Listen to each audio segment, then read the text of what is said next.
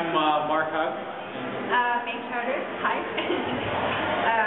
We directed Lovers in a Dangerous Time. I don't know what else. What do you want to say?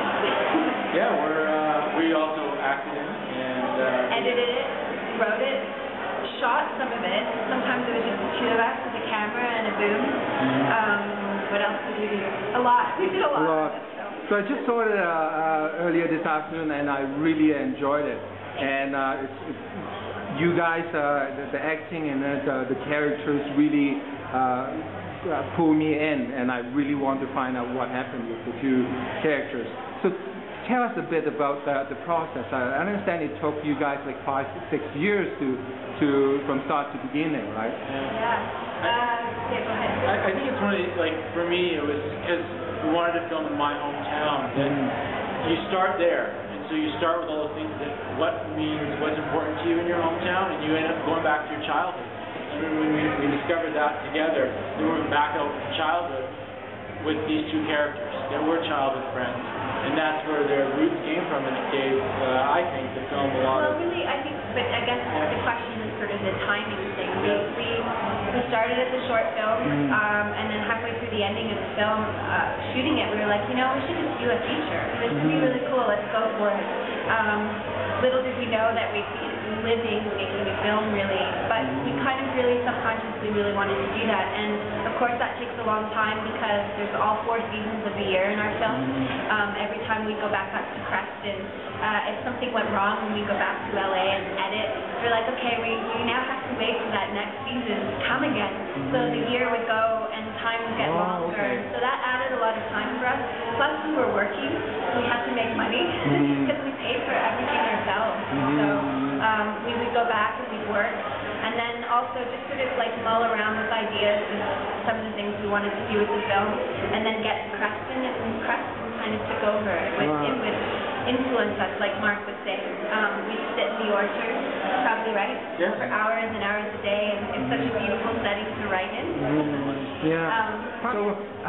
I understand when you guys were shooting in Creston, you guys were shooting with families and like living in close quarter, right? Yeah. Do you want to comment on that? Yeah, I mean, it was partly really good because you'd show up and the energy would be there already. Like, it would just naturally be there. There is different, like, drawbacks of that. Like, no one's used to how long it takes to shoot something, you know? They think it's going to be over an hour, and they don't understand that, like, okay, now we change camera positions, and that's going to take an hour to set up that angle, and then these things. So, you know, you deal with frustrations with people that you don't want to have to deal with frustrations with. You don't want your dad frustrated, or your best friend frustrated. You want them, That was interesting. when you deal with professionals, they just know to go back to their motorhome and relax until the next moment. Everyone is a professional in that. So. And I think family has more added interest too, right? They want to really see you do well, and then sometimes they feel themselves they are to blame, and sometimes they look at, hey, how come? It's like a whole other movie that we could have probably done. About that, just sort of dealing with. They were so proud and excited and curious about what we were doing, but then there would be a lot of questions. So, you know, when is it going to get finished? Or what's this about? I don't think, you know. Yeah, it's fun. Right. So I want to ask you guys about 2 scenes, and again, without giving too much away. Yeah. So first scene is the one at the reunion, right? So there's a bit of a story in that reunion scene, right? Yeah. Well, we really wanted the scene to take place in this high school reunion, and the problem is, like, if you're filming in a small town, to get like 80 or 100 extras isn't possible. I mean, it just doesn't feel right, it doesn't look right. They're not used to it, so we found out that there was an actual high school reunion happening. So Mark's sister. It was actually my younger sister's reunion. So I called them up and I'm like, do you think it'd be alright if I brought like 4 cameras and 8 actors into your reunion, and then we could just kind of film off to the side? And they're like, yeah, there shouldn't be a problem. But then when the day came and they saw everything there. Well, I think actually it was fine until we were holding up the food, because the guy who was catering was like, so, you know, and we were shooting it like a play. We only did 4 takes of that entire thing, and we went back, and they were long takes. We did write it like a play. We did have everyone come in as characters, and so unfortunately everyone had to wait for all that to get done. And the caterer, that was the only time he was like, the food gets cold. When, you know. Yeah, right. Yeah, that was hard. Yeah, when can we serve them and when can they eat? When can we eat? That was hard. Yeah. The other scene I want to ask you guys is the bush party scene. That is so realistic. Did you guys just crash a bush party or you created one? We created it. We With told real with kids. real kids. We With just real said, kids. hey man, we're gonna have a bush party. We gave them beer bottles filled with water. Yeah, right. None of them were Do the drunk. right They thing. did Yeah, their right. own things on the Oh. side, and we ignored it. Yeah, right. Yeah. But no, it was real kids from wrestling. We went to bush parties ahead of time though, as adults and us, and just check them out, talk to the kids that were going. It was important for us to have the same kids that actually go to bush parties. Oh, okay. Compared to the kids that are just interested in films and want to do action work. So we really wanted the same kids. So we'd go and talk to them, and they were hanging out, drinking beer, and they were drunk. So it's the same they were like feel. hanging on. Yeah, right. So it's the same feel of the So bush party. they were the rowdy bunch of the town. Yeah. They were the ones that knew how to throw a bush party. I mean, they just drove up and they just started throwing stuff on the Oh, yeah, it was crazy. Right. Fire. Yeah. Right. There's actually some more pickup shots throughout the film.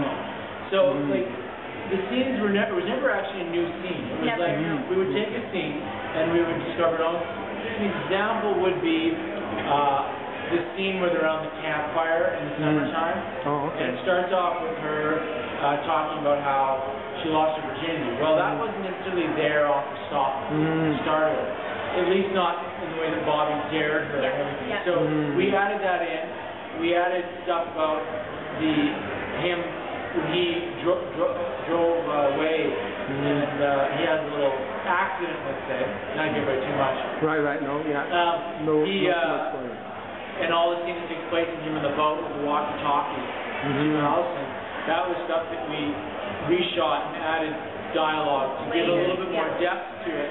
So there was never a whole new scene. It was always just like, okay, let's It's kind of add. like a puzzle, right? Yeah. Like you have the pieces, and then because we did the improvised, we did all this crazy stuff. We basically sat at my mother's house in Ontario and put them all together like a screenwriter does when they have their little, their key cards, and they're rearranging scenes, and we basically just realized, there's that moment that just has a little bridge to it so that it's understood, and that's really all we would do, and we realized, okay, those are the moments we have to shoot, because the scene itself was there, it's just a flow now of the story, and understanding it from beat to beat. Right. Well, next for you guys.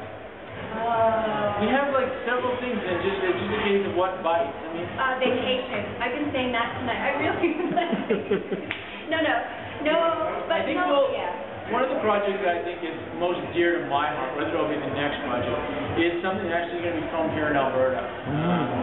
We have my family, my extended family, like my dad, comes from Alberta, and I grew up going to a lot of family reunions in like trailer parks, and just the stuff that would happen. So I have a screenplay that I've been working on. It's around, one weekend family reunion with a bunch of, just the stuff that boils down, and obviously it gets a little bit more tense than your average family reunion because we're going to amp it up a little bit, but